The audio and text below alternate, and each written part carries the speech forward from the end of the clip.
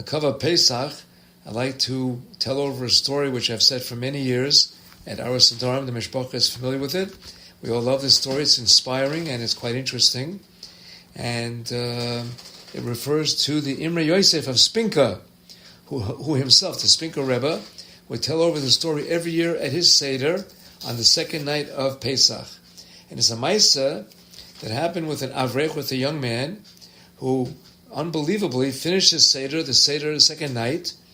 He sang Shir Hashirim. He reviewed all the stories he knew about Yetzias Mitzrayim. And as incredible as it may sound, he was not sleepy. He was unable to go to sleep. He said, I don't want to go to sleep. So what am I going to do? Tonight is the second night of Pesach. This was the night that Esther made her Seudah. Let me read the Megillas Esther. And he started to read Megillas Esther. As hard to believe as that is. As he's finishing Megillas Esther, he sees an apparition. He sees a spirit which is coming over and hovering over him, a little scary, and this spirit starts to talk to him and says, I need your help. And this young man says, what do I have to do with you? What do you have to do with me?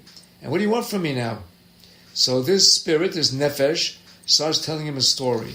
There are neshamos out there that after they complete their din v'cheshbon, after 120 years, and they're able to pass all the tests, they still don't have enough schusim to go into Gan Eden, unless they have a specific extra schus to get through the gate.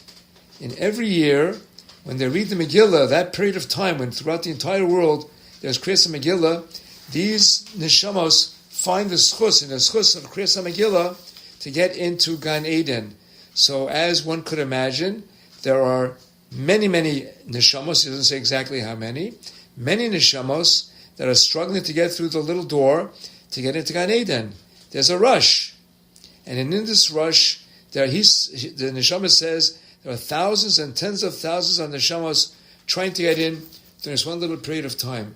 And I was unable to get in. I've tried so many times to get in. This year, I was pushing and trying to get in. I got to the door, and they slammed the door shut in my face.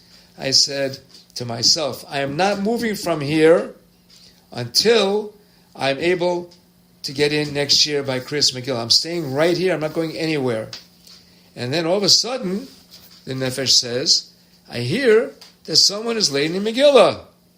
I hear that the Megillah is being read.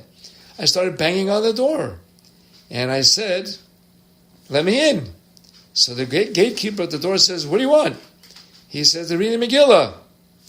He says, so what? It's not Purim now. He says, you're right that they're reading the Megillah, but this is not the correct time to read the Megillah. The Nebuch says, what the difference it makes? They're reading the Megillah. Let me in. You have to let me in. He says, I'm going upstairs to get information from my upper-ups, my authorities, from the Beis Din Shalmaila. And he comes back and tells him, Kriyas Megillah does require you to come in, but this is not the right time. So therefore, the only way that this will work is if you go down and ask the person who's reading the Megillah if he agrees that they should allow you to come in to Gan Eden and open the door for you. And that is the end of the story. He doesn't tell us anything further. We don't know what the final climax of the story was. That's the story of the Spinka Rebbe.